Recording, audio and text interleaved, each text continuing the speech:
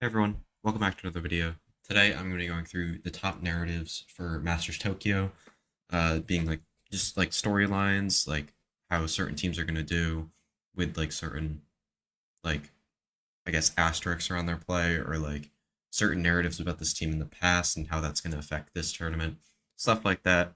But if you guys enjoy, make sure to leave a like and subscribe. Really helps me out. Go follow me on Twitter, all that kind of stuff. And yeah, let's get right into it. And we're going to start here talking about EMEA and who the top three teams from this region will be. And we'll watch some of the highlights here. The little montage made by the EMEA people. But obviously, as many of you may know, since Fnatic won lock-in, there are going to be four EMEA teams at Tokyo instead of three. But there's still the three teams going to champ, or yeah, three teams going to champs plus the LCQ team. So, I mean, if you don't finish. I mean, if you finish above last place out of the EMEA team, so if you finish third, I mean, basically, if you make it out of your group, you're gonna be good. You're gonna make it to champions, but that fourth team is gonna have to go to LCQ and have a very like bad prep disadvantage. They're gonna have like a week after the tournament, so that's not ideal.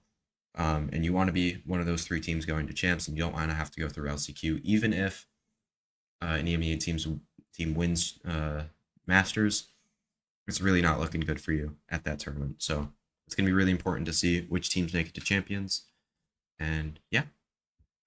And then I want to talk a little bit about EG and how they're not going to be able to play with Demon 1 because he does not have a visa for Tokyo, because EG didn't give him one even though they had him signed. I don't know. It costs money to do, so I kind of get it, but still. Um, Overall, I just think this team is going to be a lot weaker because obviously Demon One was the biggest piece of why they made Tokyo, just some of the insane hero plays he made. But also, we've seen any teams have this before where they have to play with a sub, mainly just version 1. I think that was the only major occurrence of this. But, and they did pretty well with somebody who was considered a big piece of their run into Masters Iceland, the first one, in Whippy. But I think this is a little bit different because it's their duelist player who is hit. I mean, just hit some insane clips for them, as you're seeing in this video. This is a little montage that he made, so go check it out. It's always good to support the players and whatnot. Um, but I have a hard time believing that this team can make it out of groups without him. I think they would have a shot at winning if they played with him. Um, but I think Reformed is coming in and playing Jet for them, if I remember correctly. And I don't think he's that bad, but if he plays very well, I could see them making it out of groups, but I just would not predict that, as you'll see in my pick'ems video, which should be next. And then I think one of the bigger narratives going into this event is how good is Pacific going to be? Because obviously we know DFM was probably the worst team in franchising, going 0-9 in Pacific, and then a lot of the teams that didn't make playoffs are a lot worse than the teams that didn't make playoffs in EMEA and in Americas, especially Americas. I think the EMEA teams are kind of mid. I mean, BBL is decent and is better than all the Pacific teams that didn't make playoffs, but the rest of them, I think you could safely say that there's a good amount of Pacific teams better. But that's besides the point.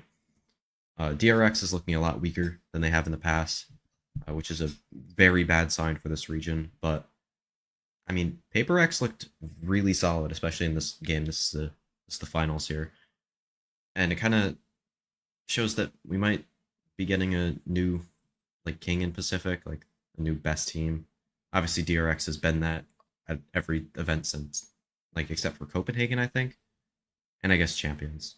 There's been some decent like SEA teams at Champions 2021, but overall, I think DRX has been considered the kings of this region for their entire existence, and it's kind of hard to imagine uh, this region without them on top. But right now, they're not, and if Paper X is competitive and can reach like that like top three area, I think you could pretty much consider that this team is. I mean, this region itself is very competitive.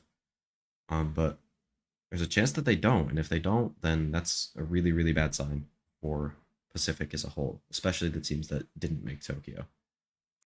I just realized I did not talk about T1 a single time in that, but they're in a really tough group with Navi and NRG, so I don't expect them to make it out. But if one of those teams fumbles at the start, it's very possible that they do.